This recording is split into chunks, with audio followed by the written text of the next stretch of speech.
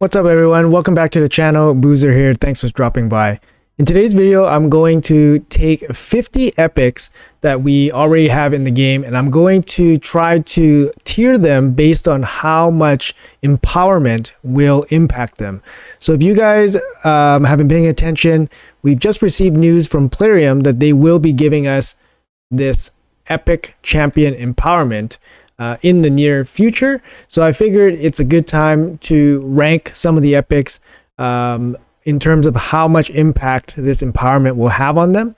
And it also gives us a little bit of a heads up, a little bit of forward thinking to hold on to some of these champions and to prepare for them when they're empowered. So let's jump right into it. All right guys, so I rejigged everything a little bit here just to make it a little bit more eye friendly. So below me is the tier list that we will try to put together. Of course, I put together 50 epics here. It's not all the epics in the game, but these are some of the more, I would say, widely used, maybe ones that are more commonly spoken about. If they're not on the list, it doesn't mean they're bad or anything like that. It's just these are the 50 that I chose. Also, I want to say that any champion would benefit from empowerment, but I just want to highlight some of these champions that may benefit a bit more, or what we can expect from them after empowerment. So we'll just have a little discussion about them in that way in this video.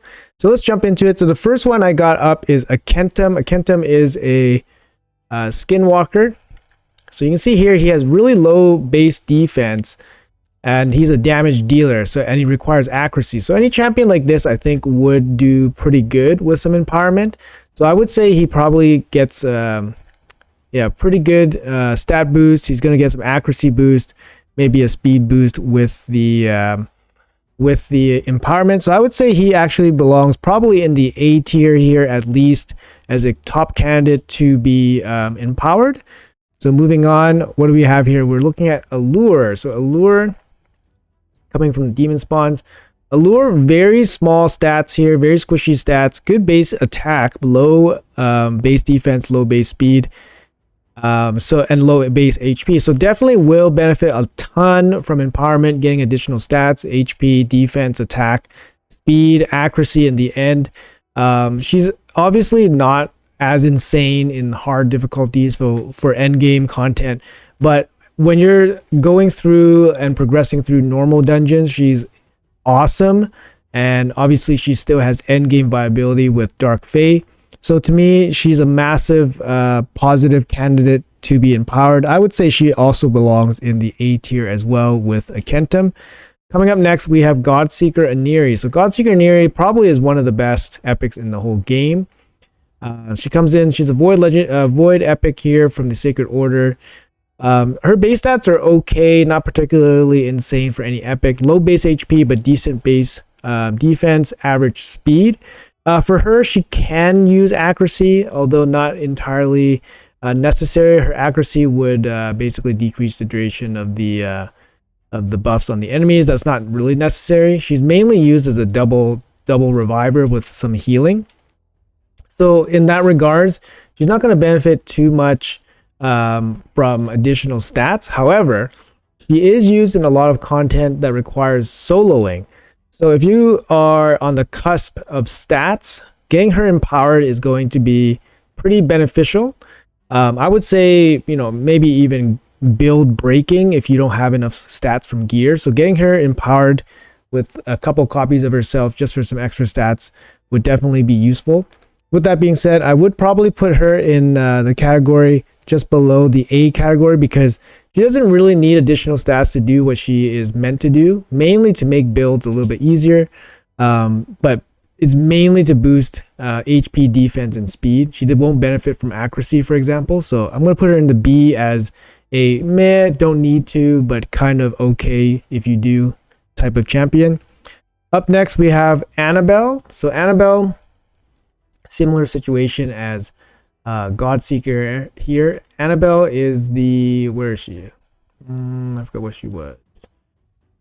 Oh god, demon spawn? Oh no, she's not demon spawn. Oh god, this is embarrassing. Annabelle, dark elf. Come on. Oh god, what does she look like? Sacred Order? Oh god. Bannerlord. She gotta be Bannerlord, right? Oh god. Annabelle, come on. Annabelle, there she is. Oh my goodness. Annabelle, there she is. There she is. Gotta move her to the side so everybody can see her. But basically, her main application is to solo Bommel. So she is part of the solo crew for Bommel. She's an incredible passive that allows her basically stay alive against Bommel. For Bommel, she doesn't need really crazy stats. She just needs survivability stats. So having her empowered for that role definitely is useful. She won't benefit too much from accuracy, for example. You don't need accuracy to defeat Bommel or to build to fight Bommel. So in that case, I think she probably works similarly to like Aniri. So I'm going to put her in the B category where she will benefit a little bit from getting empowered just to fulfill her build requirements. But other than that, she's not going to get too much out of being empowered. So after that, we're looking at Basher. Basher is a void epic from the Skinwalkers. His main use is mainly for arena, to be honest. He has a AoE here that increases the cooldown of all targets by 2 turns. So very, very solid. He won't weak hit. He's a void epic, that's why. So very, very good just for use of this. He has very low base stats, very low speed. So having him empowered, fully empowered, for example, would give him a nice stat boost, nice speed boost, and accuracy, which is needed to land his key move so that he can do his job. So for him, he's definitely going to be an A tier champion, one that is used for his role, and obviously empowering him would help him do his role very, very well.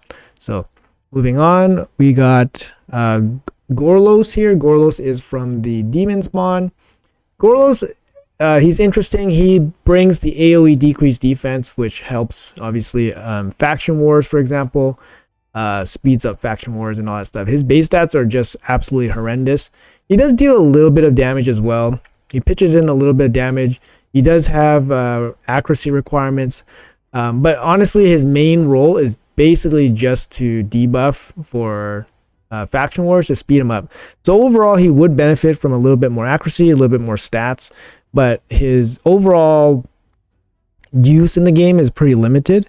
So I would put him in the C category, which would be something like, oh, I could empower him, but do I really need to empower him for him to do his job? He could benefit, but yeah, so that's kind of how I'm going to grade this: A, B, C, and D, and S. So Gorlos, he will benefit from empowerment, but do you really need him to have empowerment to hit his additional stats? Not really, but yeah. So moving on, we got Creodin here. So Creodin is a dark elf. He is an excellent epic, to be honest. Creodin, sorry, I messed up. Creodin is a Sylvan Watcher. He's an excellent epic. He has good base stats, average speed, good base stats, but he brings a lot of crowd control into his kit. He has a triple hit A1 freeze. He requires accuracy to do his crowd control freeze.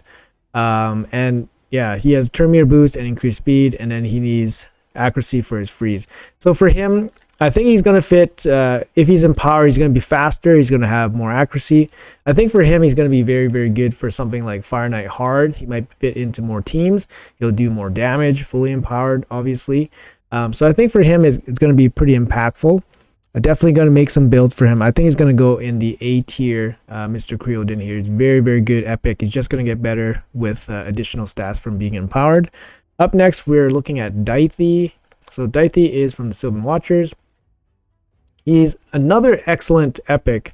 He deals very decent damage. He has self buffs here with the increased attack, and then he brings the AoE increased defense. So for him, his base stats are kind of low. So getting empowered would be a huge benefit for him. Also, extra accuracy to make the accuracy hit requirement a lot easier would be also very good. Personally, I don't think he's in like too many builds, so his use case is not going to be very strong, but he does benefit significantly from all these other stats. He also deals a decent amount of damage for a faction wars faction that doesn't have too many damage dealers. So I would say he probably is a good candidate to be empowered for sure. So coming up next, I didn't know if I wanted to include him, but I have Dark Kale on the list. I don't know. I assume that he will have an epic to empower him, but we don't know what it is right now.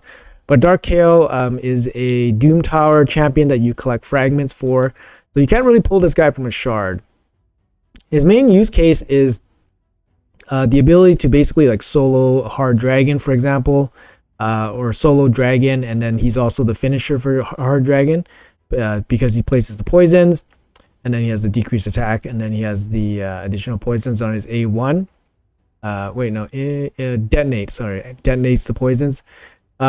He's very good at his role. You put him in regen, he's very good. He has low base stats, so empowering him would make hitting stat requirements a lot easier. He's actually pretty prominent in places like normal Ice Golem, where poisons still work, and obviously in Dragon. So he's pretty prominent in those roles.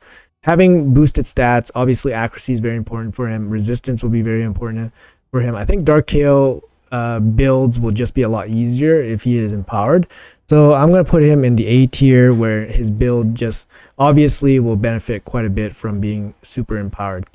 All right, so moving on, we got Deacon Armstrong. So Deacon Armstrong here, we are looking at the Sacred Order Deacon Armstrong. Great champion, one of the best epics for sure. Requires accuracy to do his AoE decreased defense and his decreased turn meter. He's can benefit from speed. He can be your speed lead as well. Base stats are okay, not too bad. But yeah, definitely additional base speed, additional accuracy would be beneficial for him. He's kind of like a generalist. He's kind of like a generalist support. He's not going to be used exclusively to be super beefy, obviously. So if you have low empowerment on him just for HP stats and defense stats, you're not going to get too much more out of him. I think you have to have him like fully empowered so he gets the boosted speed and boosted accuracy to make builds a little bit easier. With that being said, I think he's going to be quite all right for his role, so I'm going to put him right there. And he has general uses, so he's going to be good overall. Moving on, we're looking at Demitha. So Demitha, one of the block damage champions from the Dwarf faction. So Demitha here, obviously she brings the block damage, some heals. Her main use case is going to be this block damage. Will she benefit from being empowered? Well, obviously, since she's unkillable in these block damage teams, she will basically just be required to do damage. Having her fully empowered would give her more damage, would give her more speed, so that she can hit her speed requirements a little bit better or a little bit easier. She'll have a little bit more attack, so she can deal more damage. But honestly, she doesn't need to be empowered to do this, and the small stat boost from being fully empowered likely won't make or break most builds. Otherwise, she's not going to benefit much from the additional HP or defense. So honestly, she doesn't need to be empowered at all. So I'm going to put her in the C category, where you really don't need to empower her.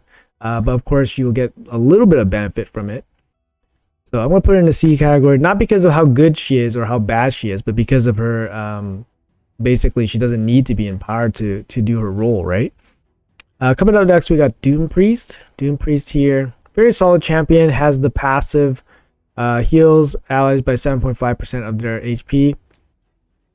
And then she has the increased attack. I mean, she doesn't really bring much in terms of her kit. Like, it's not really overly complex, but her passive is very good. Will she need to be empowered to perform her passive? She doesn't need accuracy in her kit, so empowering her basically would just give her benefits in her attack, so she'll do a little bit more damage, and she'll have better HP and defense and speed for survivability. You know, those are great, but honestly, she does not benefit that much from being empowered other than just being overly tanky. It's not going to alter any builds or anything like that. So honestly, to be honest, she doesn't need to be empowered at all. So totally fine to be not empowered. So I'm going to put her as the first champion in the D category. Coming up next, we have the Fat Man, Spirit Barbarian here, Fat Man. So he does require accuracy to land his HP burn and poisons. His survivability isn't, I mean, he does take a bit of damage from his passive, so he does require a little bit of survivability. His overall base stats are kind of low. and he does benefit a little bit from the extra attack. Increased speed for him, I mean, is fine. Overall, not super excited about empowering him. Obviously, it's good, but it's not like a big deal for this guy. Accuracy boost, I mean, it helps, but again, not a super big deal or a deal breaker for him, I think. So I'm going to put him in the C category for target to empower. Coming up next, we have Fane. Fane from the Skinwalkers here. She's Spirit Affinity. I think Fane is a huge candidate to be fully empowered. A fully empowered Fane gains a ton of stats. She actually has very good base attack. She does a ton of damage. She needs accuracy in her kit to land poisons, decrease attack, defense, decrease defense, and weaken. And just giving her more survivability, more base stats, going to benefit her a lot. She's a prime target to be used as a DPS option in unkillable clan bosses. She's a great option to DPS down the faction wars boss in her faction. So personally, I think she's going to be the first S tier champion to empower from this list. So moving on, we're hopping over to the Sacred Order here. We got Spirit Affinity, Phoenix here. So Phoenix here, he brings block revive. Where's his block revive?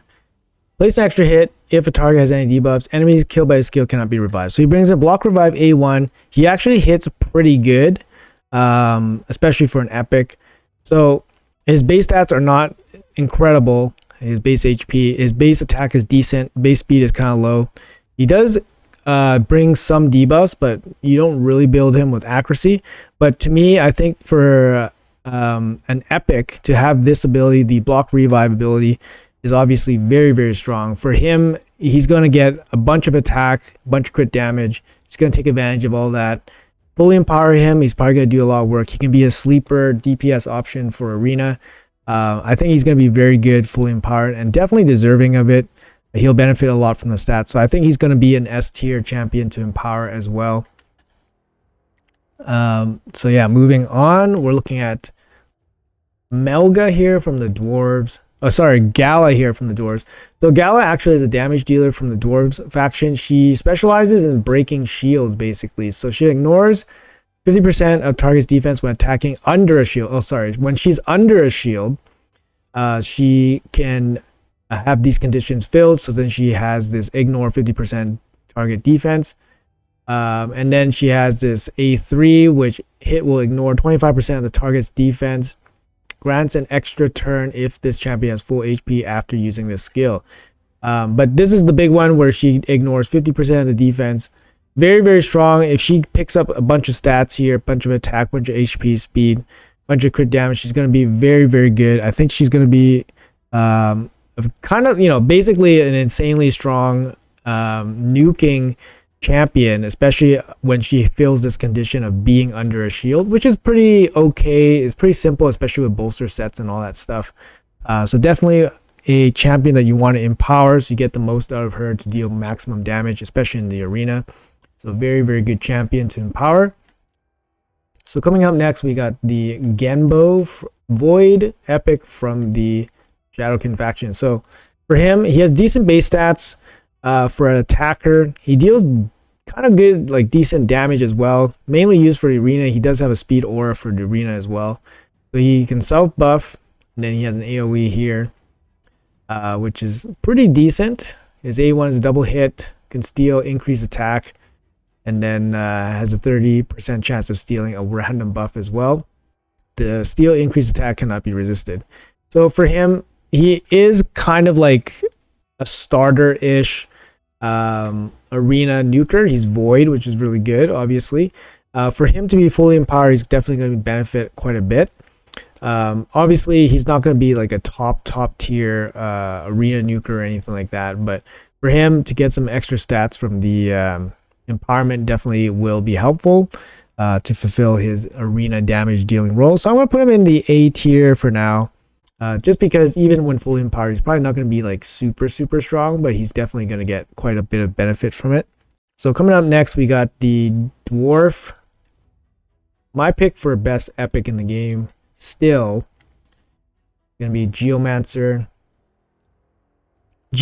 So you gotta think about this way, right? So Geomancer comes in here. His big thing is his HP burn with his passive. It deals insane amounts of damage against bosses. Will he benefit from being empowered? My thoughts are he won't really benefit from being empowered. So if you have him in a unkillable team, he already cannot die, and he'll basically just benefit from the accuracy boost and a little bit of the speed boost if you need him for that role. For Iron Twins, the extra accuracy will help him reach the accuracy threshold, which is quite high. So that will help a little bit, but the extra survivability for Iron Twins isn't really needed because, again, you'll be in conditions where you're basically unkillable or you have block damage on, most likely. The other role would be Hydra. So in Hydra, if he's a damage dealer for your Hydra team, extra stats would help him stay alive. But are these empowerments really necessary for him to do his work? Not really. They kind of just make reaching builds a little bit easier. So I wouldn't say this guy is like an insanely S tier candidate for empowerment.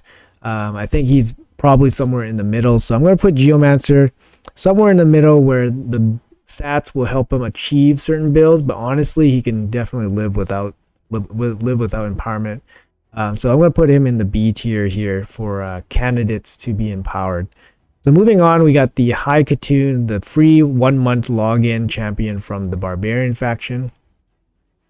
So High Katoon, is she worth empowering? So she does require accuracy to land her stuff. Boosted speed would be kind of nice. Speed in all battles is obviously very nice. Rest of her stats are actually pretty good for a epic champion, so she's not going to benefit too much there. Overall, I don't see her being a huge must empower champion, mainly because she's not going to be used too often. She is used in faction wars, maybe in Dark Fae, for example. But outside of the first couple months of the game, you're not going to be using High Katoon too much. To me, she's not a real massive candidate that's going to benefit a lot from being empowered. So I'm going to put her in the D category here. So coming up next, we're looking at Husk. So Husk is coming from Demon Spawn, Force Affinity. My goodness. Sorry, Undead. Undead, Force Affinity. Oh my goodness, is he in Undead? There he is. Oh my goodness, I'm getting mixed up here. So the big thing with Husk, sorry guys, is the AoE max HP hit here. So obviously very good against something like Hydra, where he deals max HP damage. He also brings an A1 provoke. So in his kit, he requires a little bit of accuracy. He does have relatively decent HP for an epic. Defense a little bit low, a little bit of an average speed. Doesn't have boosted crit damage or anything like that. But is he going to benefit from being empowered? 100% he's going to be benefiting from empowerment. The empowerment will make hitting the crit damage cap on his max HP slam a lot easier. Boosted accuracy is going to help him out. Boosted speed is going to help him out. Survivability, he's going to benefit from HP and defense. He's HP based, so he's going to be being able to survive a little bit better. He has an HP based move here. He has an attack based move here. Definitely a candidate to be fully empowered. And again, he is used in Hydra all the way up to like nightmare difficulty. So all these stats will be put to the test in the hardest difficulty of Hydra. So to me, he's an S tier epic that should be looking to be empowered right away. So moving on, we have Madame Ceres from the Dark Elves. So Madame has definitely fallen off for a while now, obviously in the arena meta. She does bring the strip and decreased defense and decreased attack. With the full empowerment, she's going to gain a bunch of stats. Her stats are already decent for an epic, but she does gain extra accuracy, which is good because that makes her ability in the arena a little bit stronger. Obviously, she has another ability here, which is a strip ability, which requires accuracy as well. But basically, she has fallen off quite a bit. She doesn't have too many other use cases. Does she need to be empowered to do her role? Not really, because she doesn't really need the extra accuracy. And it's not going to be, the other stats are not going to be super significant enough to make her role any different. So to me, she does not going to benefit too much from being fully empowered. So I'm going to put her in the D category for now. Coming up next, we have the Demon Spawn Epic Magnar. Magnar, one of the best epic base damage dealers, especially on his A2 here, when he places an extra hit on enemies without HP burn debuffs. It's hits pretty hard, especially when the double hits come in. It hits some of the best multipliers for sure. He has very good base HP for an epic, 21k HP, reasonable defense and speed as well. If you build him with accuracy, he can do decreased defense on his A1, as well as land stuns. Accuracy is not really important for him, but of course he'll benefit from those. So overall, I mean, if you +4 this guy, he's going to get a ton of HP, a ton of defense, some extra speed, some extra crit damage, a little bit accuracy. I mean, he's just a massive candidate to be empowerment. He's going to benefit a ton from being fully empowered. So I'm going to put him in the S tier. And of course, he's going to be kind of, I mean, you could use him in arena too as your main nuker. Maybe he'll be stronger than some of your legendary options. You never know. So I'll be interested to see what kind of values they give for epic empowerment. But I think Magnar is going to be really, really good to be empowered. All right, coming up next, we're looking at Maneater. Maneater from the Ogryn tribes. Maneater, the king of the clan boss. He's always unkillable. Does being empowered help him in any way? So he has an attack-based move here. So obviously you build him out for damage, and you build him out with the proper speed so that he can be properly speed tuned in your team. Will being fully empowered help? It'll help him deal more damage on both his attacks, but other than that, he's not going to benefit too much otherwise, because you don't really need any other stats for him for clan boss. Obviously speed, but I mean, he'll get a little bit of damage, you'll get a little bit of crit damage. The accuracy is not really necessary unless you want to do his A2 in like other content. But for me, Maneater is not really a top priority to empower at all. So I would definitely put him in the bottom here. He's definitely not necessary to be empowered to fulfill his role. Maybe the extra damage might help clan boss. Actually, I'll put him up in the C category here, because the extra damage could help you propel maybe your clan boss to from a 2 key to a 1 key, for example. All right, so moving on next, we got the miscreated monster from the this time it's undead, I believe. No, Night Revenant. Did I click Night Revenant? Come on, guys, come on. Night Revenant. There he is, miscreated monster. So miscreated monster, he's an HP based damage dealer. To be honest, he has this AOE stun with the big shields, and the shields are equal to the damage inflicted. So for him, he wants to deal damage. He has incredible base HP, a little bit slow, a little bit lacking on the defense. So being fully empowered, this guy would actually be really, really strong. He's going to get a bunch more HP, a bunch more defense, a bunch more speed, and accuracy as well. So he needs accuracy to land his stuns. He needs damage to make his shields big. I think he's going to benefit quite a bit. The problem is that Miscreated Monster is not really in too much content nowadays. Like, if Miscreated Monster was in lots of content, having him fully empowered, he'll benefit quite a bit. But even if you had 5 Miscreated Monsters today and you fully empower one, where would you really use him? Unless you were still progressing through like dungeon 20s, for example.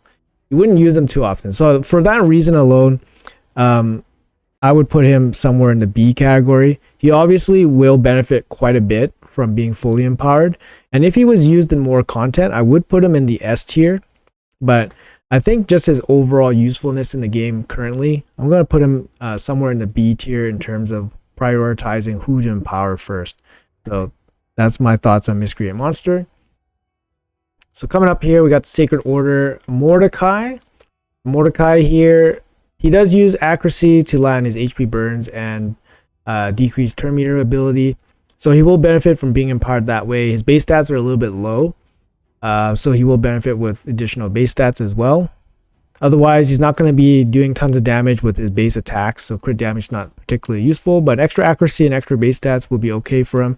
He's probably used mainly as a spider burner for normal spider.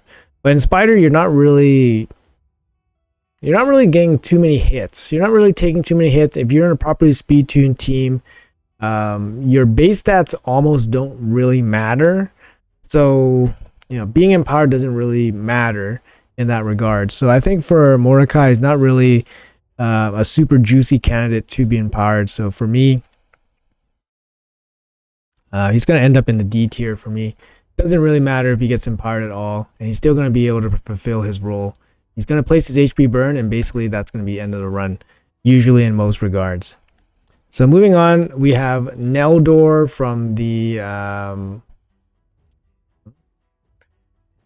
Neldor. Where are you? There he is. Yeah, I was right. Okay, so High Elf, Neldor Rhineblade. So he's a Fire Knight hard specialist. He gets a triple hit AoE, triple hit freeze here, so require accuracy. And then he has a quad hit A2, where he can place decrease attack and then decrease accuracy, so additional needs accuracy in his kit. And then he has double hit here for decreased speed, and then a heal. So for him, accuracy is very important. He does deal damage. He does have moves based on his damage, so additional damage is very good. His passive's also decent, where he places where an ally places a freeze debuff, this champion has 3% to attack the target with his default skill, which is this one. So accuracy very important, probably speed, base stats, and then of course a little bit of damage would definitely help him out. So for him, base stats are pretty low. He's going to benefit from extra accuracy, extra attack, extra base stats, extra crit damage. So he's going to get the full package here. Neldor, he's going to be extremely good in Fire Knight hard. The extra stats will definitely be helpful there. So for him, I think he's going to be an S tier champion to empower. He's going to benefit from all the stats. And if you need him for Fire Knight hard, he's going to be top tier there. So moving on, we got Nia from the Sylvan Watchers. So Nia here, Void Epic. She's mainly used for her reset abilities, so she does have a reset here. It's not a full reset, it's only a 2-turn reset on a single target, but she is used for that. She does have a very good A1 AoE decreased speed, very good for Hydra. That's probably her main role. So for Hydra, obviously, boosted stats against Hydra are very good. So a little bit extra accuracy. Her base stats are very good already, so she doesn't really need that much more base stats from the empowerment. But of course, extra accuracy is going to be very solid. Overall, I don't think she really needs to be empowered to do what she needs to do. Obviously, extra accuracy and stats are great, but honestly, she doesn't really need to be empowered at all to be very effective in what she needs to do. Even if she doesn't, I mean, it's of course mute point, but she would always have enough accuracy to land this, or be built with accuracy to land this. But even just her reset ability, I think makes her very useful, depending on the team that she's in. But for me, she doesn't need to be empowered at all, so she's gonna go in the D tier for me. So coming up next, we have Shadowkin Void Epic here, Oboro. Oboro, incredible champion for DPS, especially when paired with Lady Mikage. Mainly for Hydra right now. Yeah, I got one built out. She does insane amounts of damage. She's a little bit squishy. She has low defense, a little bit low on the HP as well. So being fully empowered, or being empowered, will definitely help her get some more stats. She does bring decreased defense, so a little bit of accuracy there would be helpful. She's going to benefit from more attack, more crit damage. She's a prime candidate to be empowered. Definitely going to be useful here. So I'm going to put her in the S tier for being empowered. She's going to benefit a ton from all those stats. So definitely top draw for Oboro here. Coming up next, we have Sylvan Watcher. We have Priest Orn here. So Priest Orn, Mushroom Man. He is able to solo some normal content like Dragon and Ice Golem stages. Basically, he places poison and then poison sensitivity, and then he has the activating of the poisons, and his A1 also places poisons. His passive makes it so that he actually is pretty hard to kill. He has great base stats, a bit low speed, great base stats. A little bit of accuracy and resistance makes his building out a lot easier. Obviously, he's not going to be super viable for like hard or end game dungeons, but in the normal progressing dungeons, while you're progressing through normal dungeons, he's going to be extremely good. And having him empowered gives him enough stats for you to fulfill those builds. So I think for him, he's definitely a very good candidate to be empowered. So I'm going to put him in the A tier here. Especially, personally, I think he's one of the easiest ones to build out because he has such good baseline survivability built into his kit. So For me, he's really good, especially when you're progressing through the normal dungeons. If you want to solo farm Dragon or Ice Golem or something like that. So coming up next, we have Knight Revenant. We have Rector Draft. Rector Draft is a support champion. She has pretty good base stats already, 17k HP with good defense, very, very fast. She does require accuracy in her kit to land a decreased attack, but the main part of her kit is actually just reviving and healing. She's really good at reviving and healing. She does have a little bit of resistance factored into her kit to build up resistance on your team, and a resistance in Doom Tower as well. So for me, like, is her heal going to be affected by max HP? Yes, her max HP. So having her with higher max HP definitely helps the healing part. Her base stats are of course very strong already. Will she be like critical in terms of requiring empowerment to do her role? Probably not. It's going to make it like a little bit easier. But honestly, her role is pretty diminished nowadays. She's basically just relegated to like faction wars.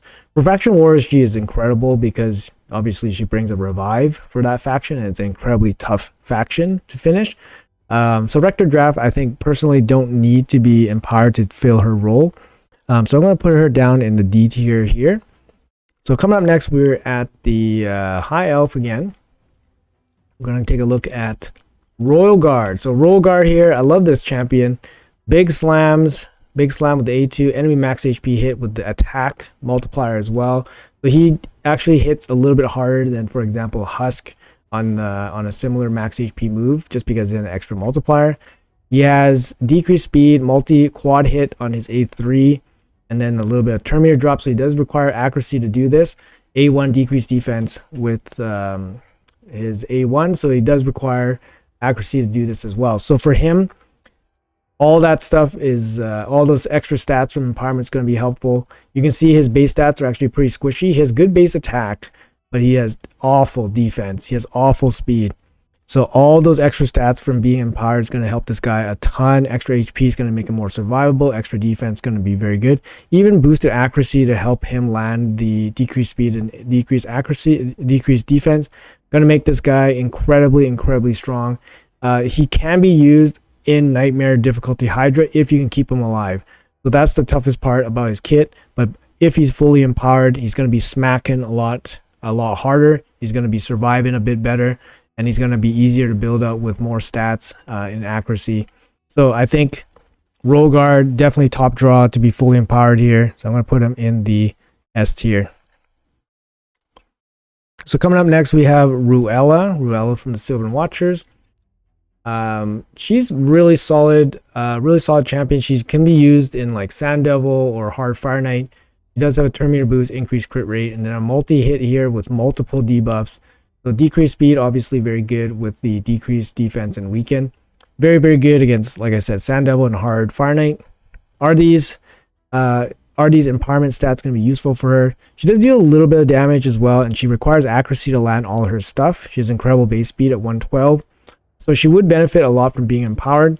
Whether they will help her in those key areas, in those key dungeons where she might be used, is probably not really necessary. So for example, Sand Devil, she probably doesn't need extra, damage or anything like that against the Sand Devil, but having some extra accuracy will help her hit her accuracy thresholds that she needs for Sand Devil. For Fire Knight, a little bit of extra accuracy will help her complete builds. Extra damage will help her do a little bit more damage against the boss, for example, and the waves. So I could see she being a pretty big benefactor of being empowered. So I'm going to move her. Up to the A tier here, where she will be a good candidate to be fully empowered. Deal some extra damage, get some extra accuracy to fulfill her builds. Coming up next, we have the Undead Epic Seeker. Seeker is going to be in a lot of clan boss teams. Again, is it necessary for him to be empowered? So for him, he does deal damage based on attack, so he's going to get some extra attack. And he's going to get some extra crit damage. Extra accuracy is not going to be too helpful for him, and a little bit of speed. Again, not overly helpful. He's mainly used in clan boss teams. So his use case is a little bit limited. He can be used in Hydra as well with accuracy to provoke with his A1. So he does have some use cases there, but is it that often? Probably not that often. And in Clan Boss, his main use, he's not going to need accuracy. His damage, yes, it's good, but it's just a little bit of extra damage against Clan Boss. It may or may not make a difference. So I'm going to put Seeker down in the C category, where it's kind of a luxury, but he definitely does not need to be empowered to do his role. But because his role is so prominent, he is a decent candidate to be empowered to get some value out of him. All right, coming up next, we have Seer from Orcs. So Seer is going to be a pretty hot topic here, I think. Seer, obviously one of the most used epics in the whole game. She brings the Karma Burn, remove all buffs from your team, deal damage based on enemy max HP for each buff removed. She's the one that obliterates waves with her this ability. Will she be benefiting a lot from being empowered? So the big thing is about being empowered, her crit damage will go up. She's going to get a little bit of accuracy, so a little bit of accuracy is going to help her a little bit, basically strip and sleep. And she's going to get some more stats. But honestly, those stats are not super important because she's basically there just as a nuke, and then she can, basically just die to the boss, for example. A lot of these teams are built around Seer dying on the boss to the first hit. So actually having additional survivability stats is kind of like a negative. Obviously having additional damage will be helpful to meet like nuking requirements to kill waves, but I don't think it's enough to put her in the top tier of requiring empowerment. I don't think she needs to be empowered. I think empowerment might be a negative for her, to be honest, in some teams. So I think she probably ends up somewhere in the middle, where it's nice to be empowered so that you can get maybe some extra crit damage, but it's probably not going to be super necessary. So I'm going to put her in the C category, mainly because she's so obviously valuable in so many teams, and putting additional stats in her probably won't be bad for most people. But I think in the end game, you probably don't need to build her, don't need the empowerment stats to build her out.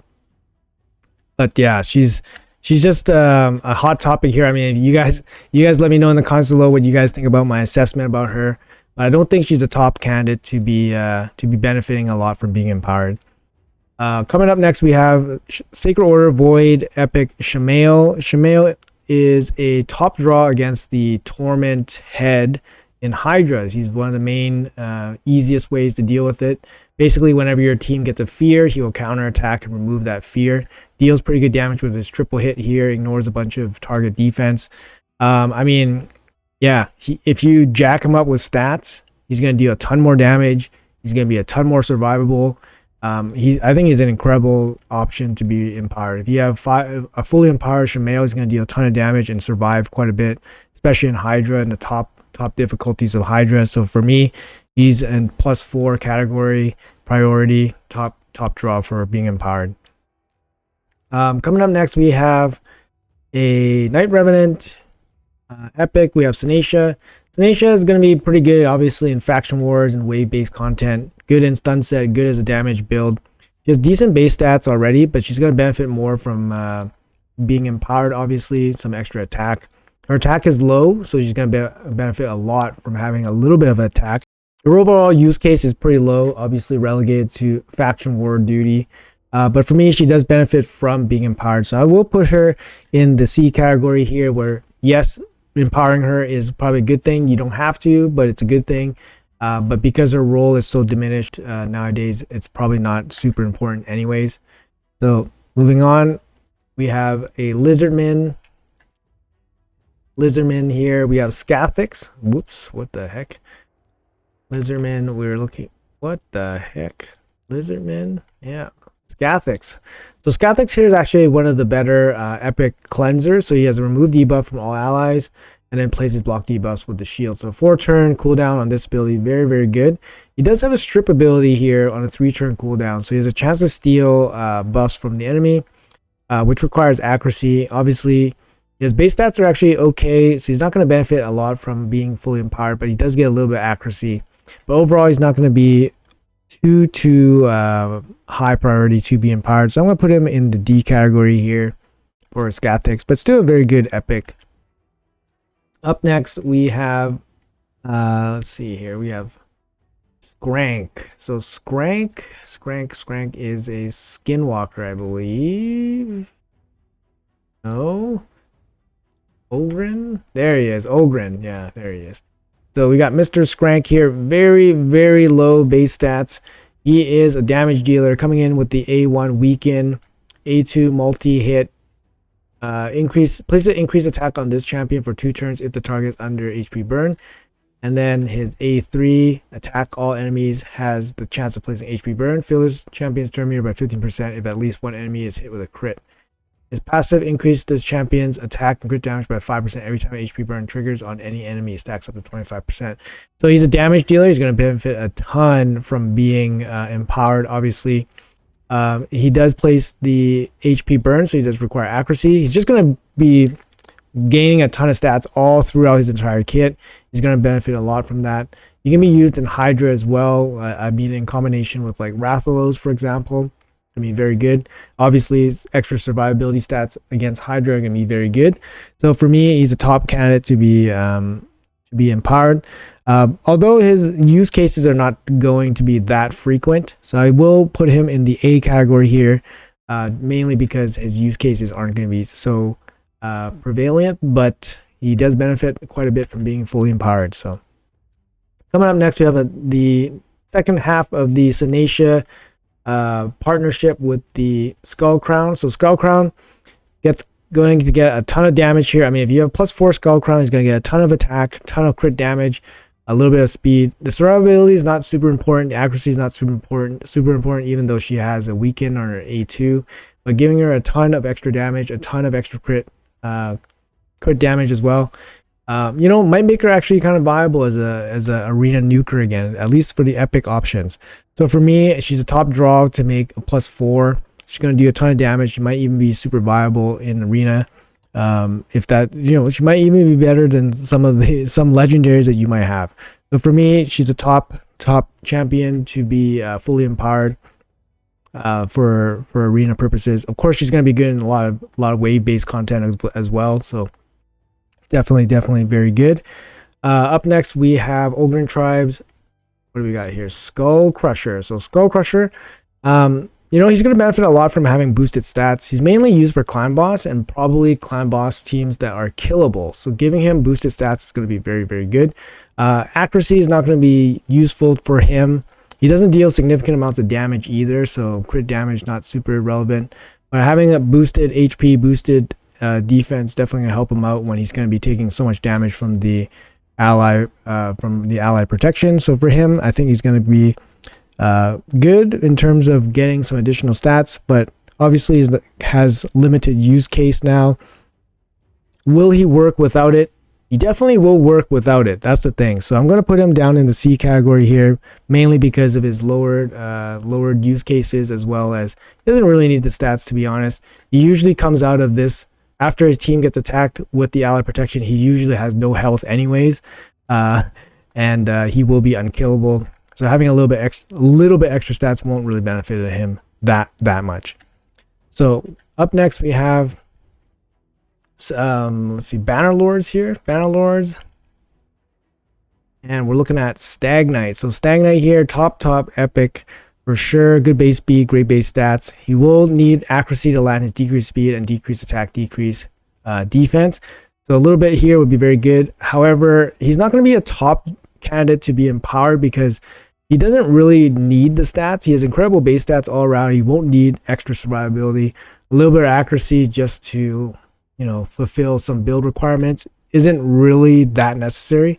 He's just generally a really good champion, and he just doesn't need to be fully empowered to do what he needs to do. So for me, he's going to end up in the D category here as being a champion that does not need to be empowered at all to do his job. So up next we have the Night Rev epic Thylesia. So Thylesia brings AoE decrease defense here on a 3-turn cooldown, another AoE here, and then the debuff spread. She does have decent damage abilities, but her base stats are really horrendous. So giving her some extra attack and some survivability is definitely going to help. She does benefit from extra accuracy as well. So for her, having her fully empowered is definitely going to be a very good thing. She's not particularly used too often. Obviously in faction wars, she's going to speed things up, but she does benefit quite a bit from being empowered. So with that being said, I'm going to put her right next to Miscreate Monster in the B category. All right, up next we have Ogren Tribes Magic support champion Ugo. So Ugo is one of the best epics in the game. Obviously, one of the probably the best epic for Hydra. But will she need to be empowered to do her role? She does benefit from having extra accuracy, from being empowered. She does have very good base stats already, so she's not necessarily requires more stats to do her role. A little bit of extra accuracy does help. She's not really a damage dealer. So she doesn't really need the extra damage stats. To me, Ugo is one of those epics that is so good she doesn't need to be empowered to be useful in the game. So for me, she belongs in the D tier for priority empowerment. All right, so coming back out, we're back in the Ogren Tribes. We're looking at Eurogrim. The Eurogrim used to be like the GOAT when he was released, and then he was promptly nerfed because he was too strong.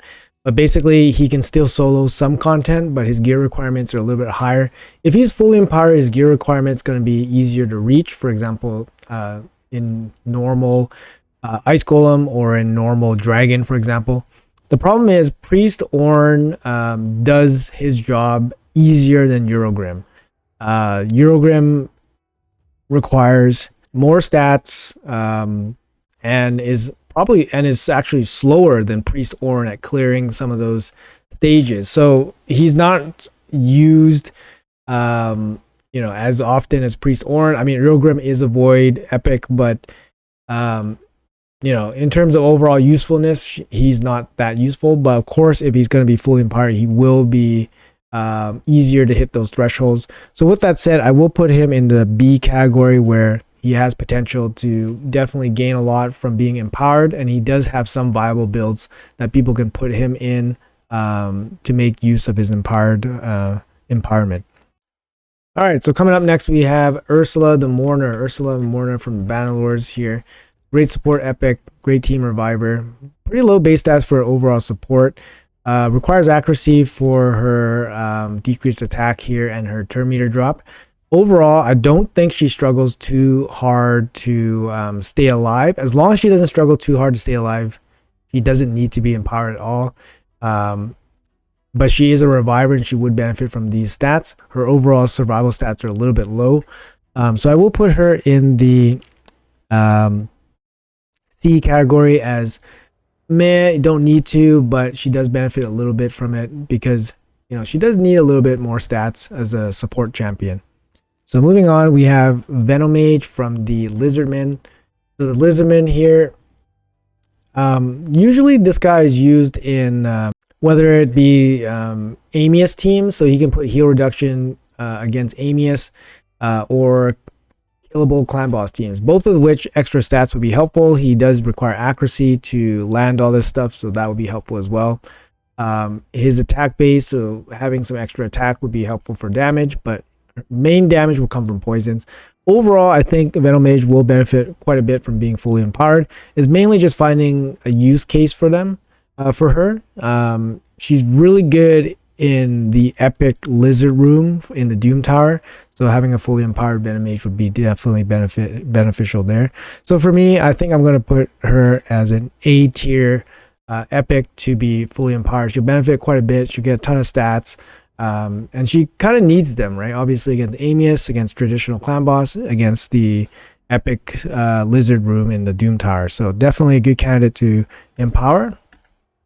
So up next we have the High Elf Vergus. Vergus is an incredible tank. He has really tanky defense here. He has good resistance. He has okay HP, but giving him more stats makes him more viable in his solo builds where he can solo the Scarab boss, for example. So he does have a use case there. Put him in destroy gear, give him lots of resistance. pump up his stats, and he can take out any Scarab King. So for him, I think he's going to benefit quite a bit from being fully empowered. It's just the use case for him is not significantly frequent, but he's going to be a pretty strong tank. You can find some use cases for this guy. So I'm going to put him in the B category here.